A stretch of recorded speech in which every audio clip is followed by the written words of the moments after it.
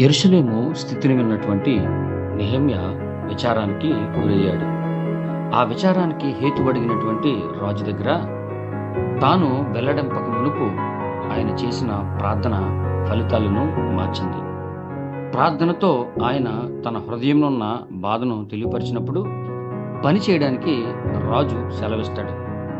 ఈ సత్యాన్ని బట్టి మనం నేర్చుకోవాల్సిన పాఠం ఏమిటంటే, చాలామంది ప్రార్థన చేస్తారు, పని చేయరు. కొంతమంది పని చేస్తారు, ప్రార్థన చేయరు.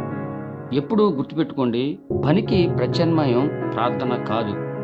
కానీ ప్రతి పని ప్రారంభానికి ముందు ప్రార్థన తప్పనిసరి అని గుర్తుపెట్టుకోవాలి. నేటి దినాల్లో సేవ చేస్తున్న మనము, పనులు ప్రారంభిస్తున్న మనము ప్రార్థన ద్వారా మన పనులను ప్రారంభించాలని నెహెమ్యా ఈ పాఠంలో మనకు బోధిస్తున్నాడు.